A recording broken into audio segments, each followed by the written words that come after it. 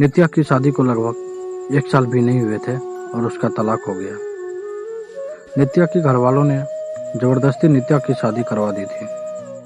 शादी के कुछ 3 महीने के बाद ही उसके पति राकेश का व्यवहार बदल गया। वो नित्या से हमेशा झगड़ा ही करता रहता था।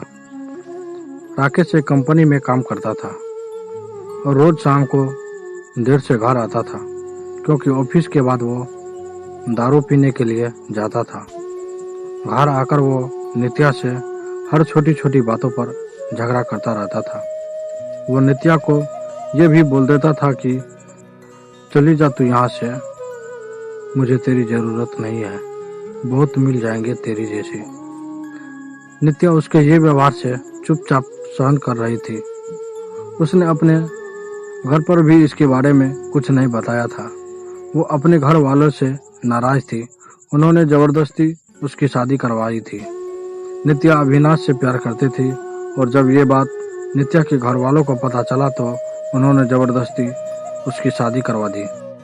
अविनाश उस वक्त कुछ नहीं कर पाया, क्योंकि नित्या के पापा ने अविनाश के खिलाफ पुलिस कंप्लेन कर दिया था कि वो नित्या को परेशान करता है, और इसी कारण वो कुछ दिनों के लिए जेल में था और इन सब के बारे में नित्या को नहीं पता था। नित्या अपनी शादीशुदा जिंदगी में बहुत परेशान थी। कुछ महीने ऐसा ही चलता रहा। राकेश थोड़ा भी नहीं बदला था। फिर नित्या ने सोचा कि अब वो और उस रिश्ते को नहीं रच सकती और उसने राकेश से तलाक लेने का फैसला कर लिया और फिर उनका तलाक हो गया। तलाक के बाद नित्या ने अपनी मम्मी पापा को सब कुछ बता दिया और उन्होंने नित्या को बहुत डांटा कि क्या हो गया था ऐसा कि तलाक ले ली तू, अब क्या करोगी, कहाँ जाएगी, कौन करेगा इससे शादी। ये सब सुनकर नित्या ने अपनी मम्मी पापा के साथ भी रहने से इनकार कर दिया। वो एक छोटी सी कंपनी में काम करने लगी और कंपनी द्वारा दिए गए घर में रहती थी।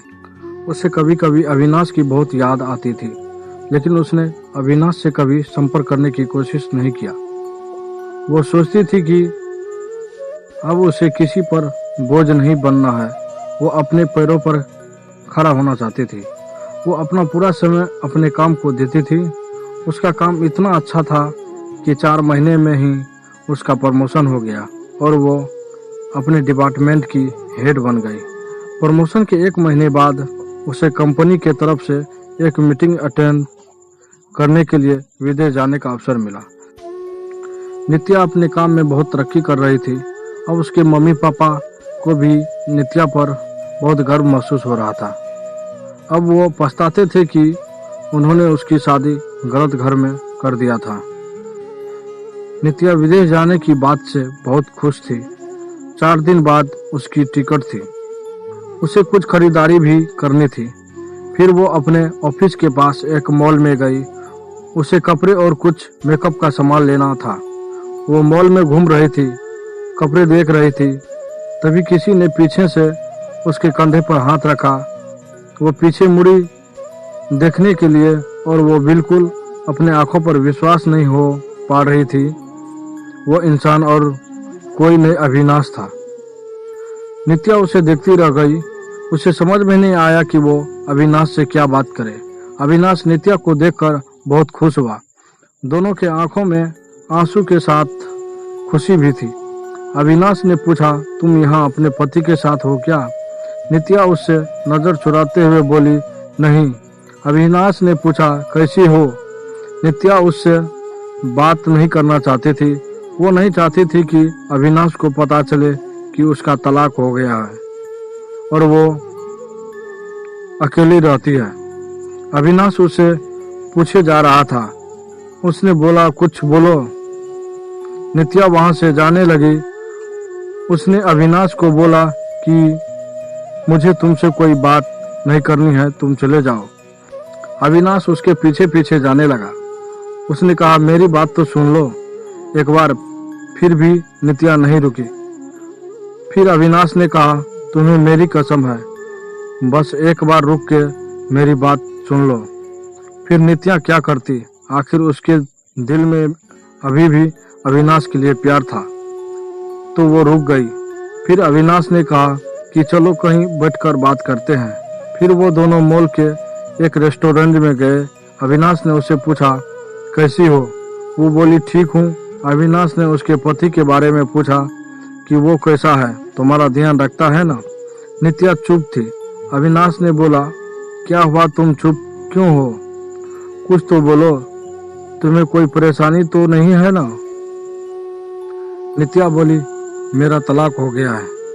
अविनाश को यह सुनते ही उम्मीद की एक नई किरण दिखने लगी। उसने पूछा, कब और क्यों?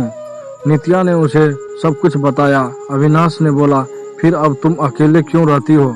तुम अपने मम्मी पापा के पास क्यों नहीं गई या मुझसे संपर्क करने की कोशिश क्यों नहीं की? नित्या बोली, तुम अगर मुझसे प्यार ही करते थे तो जब मेरी शादी हुई तब क्यों नहीं आए मुझे लेने? कहाँ थे तुम?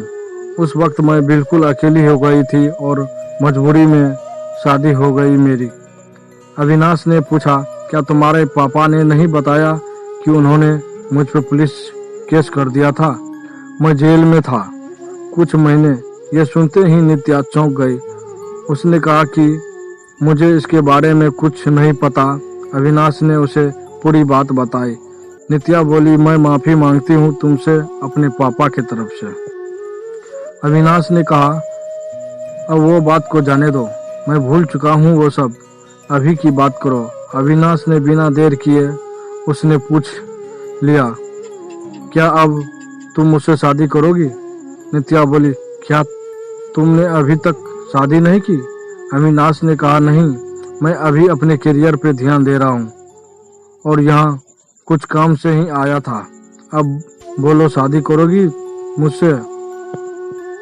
नित्या बोली, अभी 2 दिन में अपनी कंपनी के तरफ से विदेश जा रही हूँ एक मीटिंग के लिए। उधर से लौटकर आने के बाद इस बारे में बात करते हैं। अविनाश ने कहा, पहले ही बहुत इंतजार किया है और अब इंतजार नहीं होता, लेकिन फिर भी जैसा तुम कहोगी वैसा ही होगा। दोनों ने अपने फोन नंबर एक दूसरे को दे दिए और घर आ गए। अविनाश उसे रोज फोन करके उसका हाल चाल पूछता रहता था। 1 सप्ताह बाद नित्या अपनी मीटिंग खत्म करके लौट आई थी। अविनाश उसे मिलने के लिए बोल रहा था, लेकिन नित्या अपने ऑफिस में बहुत व्यस्त रहती थी। उसने कहा कि हम रविवार को मिलेंगे। फिर वो दोनों रविवार को उसी मॉल में मिले। अविनाश ने पहले उसकी मीटिंग और काम के बारे में पूछा कि सब ठीक चल रहा है ना? नित्या ने कहा, हाँ, सब ठीक है। फिर अविनाश ने उससे शादी के बारे में पूछा। तुमने तो कहा था कि आके बताओगी, शादी करोगी कि नहीं? अब बोलो, क्या सोचा है? नित्या तो अविनाश से प्यार करती ही थी और अब उसे मौका मिला था अपने प्यार के साथ पूरी जिंदगी बिताने का। उसने हाँ कह दिया। दोनों बहुत खुश थे। नित्या ने अपने घर पर अविनाश के बारे में सब कुछ बता दिया और इस बार उसके घर वाले उसके इस फैसले से मान गए, क्योंकि पहले उनसे एक गलती हो चुकी थी। अब वो फिर से अपनी बेटी को तकलीफ में नहीं देखना चाहते थे। 1 महीने बाद उनके परिवार ने उसकी शादी करवा दी। अविनाश ने अपना खुद का एक बिजनेस स्टार्ट किया था, तो अब नित्या उसके साथ उसके बिजनेस में हाथ बटाती थी और वो दोनों खुशी खुशी हमेशा के लिए एक साथ हो गए। दोस्तों, हमारा ये लव स्टोरी वीडियो कैसा लगा? अगर अच्छा लगा है तो लाइक, सब्सक्राइब, शेयर कर दे ताकि कोई भी वीडियो अपलोड हो तो सबसे पहले आप लोगों तक पहुंच सके।